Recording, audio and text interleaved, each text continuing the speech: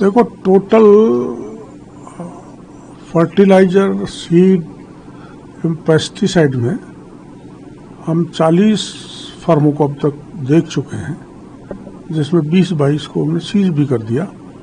सबके सैंपल ले लिए और सैंपलों की जांच हो रही है, क्योंकि थोड़ा टाइम लगता है। और किशनगढ़ में हमने 20 एफआईआर दर्ज करवाई है, EC act plus forgery plus हमारा ये फूड कंट्रोल ऑर्डर में हमने कराया है। गंगानगर में भी आप गए, जयपुर में भी छापेमार कार्रवाई करी, राजस्थान में सरकार आपके बने, हमारे यहाँ से फर्टिलाइजर देश के 16 स्टेट्स में जा रहा है, जिसको हम नकली कह रहे हैं।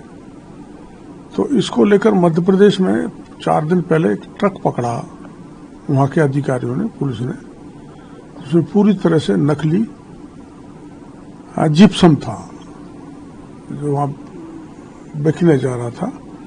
तो वहाँ से एक किसान का फोन मेरे पास आया कि साहब हम बच गए, ये तो सब नकली आ रहा है। शायद वो खरगोन थाने पर उस ट्रक को जब्त किया। तो पूरे देश के उन राज्यों में जहाँ ज़्यादा फर्टिलाइजर यूज किया जाता है और जहाँ घटिया दिया जाता है, उनको हमने सभी राज्य को सचेत भी कर दिया, पत्र भी लिख दिया। तकरीबन कितने ऐसे राज्य थे जिनको पत्र लिखा है? 16 राज्यों। डॉक्टर साहब, इस पूरे मामले में कहीं न कहीं विभाग की कार्यशैली पर भी सवाल उठ रहा है, क्योंकि मंत्री को खुद को फील्ड में आकर छापेमार कार्रवाई करना पड़ रही है और छापेमार कार्रवाई में वो तमाम फैक्ट्रियों में नकली खाद बनना ये सामने आ रहा है। कुछ अधिकारियों पे कार्रवाई भी हुई, तकरीबन कितने अधिकारियों पे कार्रवाई हुई और क्या लगता है आपको कि विभाग में कार्रवाई की तरह? टोटल 12 अधिकारियों पे कार्रवाई हुई।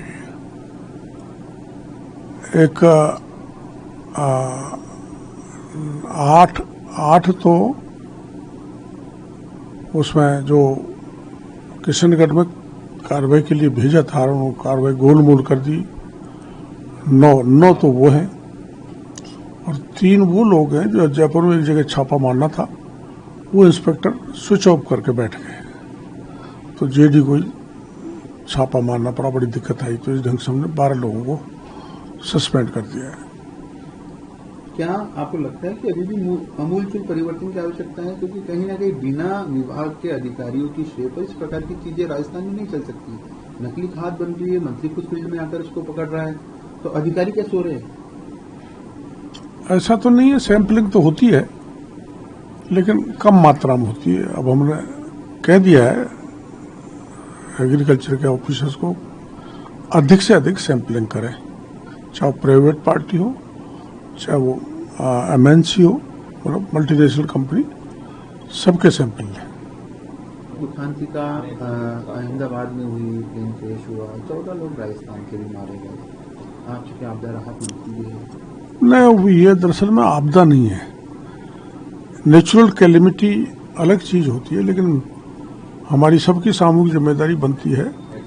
ज़्यादा से ज़्यादा केंद्र भी पीड़ित परिवारों को मदद कर रहे हैं और हमारे यहाँ भी हम मदद करेंगे। अब एक तो ऐसी घटना है जिसको बड़े दर्दनाक, ऐसा कभी देखा नहीं कि पूरे के पूरे यात्री मर जाएं। तो इससे तो पूरा देश परेशान है, पूरे देश की जनता बहुत इसको दुख महसूस कर रही है। अब ये एक ऐसी अनहोनी थी जो हो गई। अब ये तो देखना डीजीसीए को है सुरक्षा के, क्योंकि इतनी बड़ी संख्या में लोगों का मर जाना डीजीसीए के लिए एक चुनौती है। इसलिए मैं डीजीसीए से भी कहूँगा कि ऐसे घटनाओं की पुनरावृत्ति नहीं हो, उस दृष्टि से सुरक्षा व्यवस्था, कोई भी टेक्निकल जैसे ब्लैक बॉक्स आएगा उससे क्या चीज़ निकलेगी, पर ये होना नहीं चाहिए। और मैं जितने भी लोग मरे हैं वो उनके परिवारों को मैं यही निवेदन करना चाहूँगा आपके चैनल के थ्रू कि वो ईश्वर का फैसला है, धैर्य धारण करें और इसमें ज्यादा कई बार कई परिवारों में तनावपूर्ण स्थिति होती है, सहन नहीं कर पाते तो उस तनाव के कारण कई बीमारियां भी हो जाती हैं। इसलिए मैं तो यही कहूंगा कि धीरज धारण करें, हिम्मत रखें। उनके दुख के साथ पूरा देश खड़ा है, हमारी पार्टी खड़ी है, प्रधानमंत्री जी खड़े हैं, हम खड़े हैं।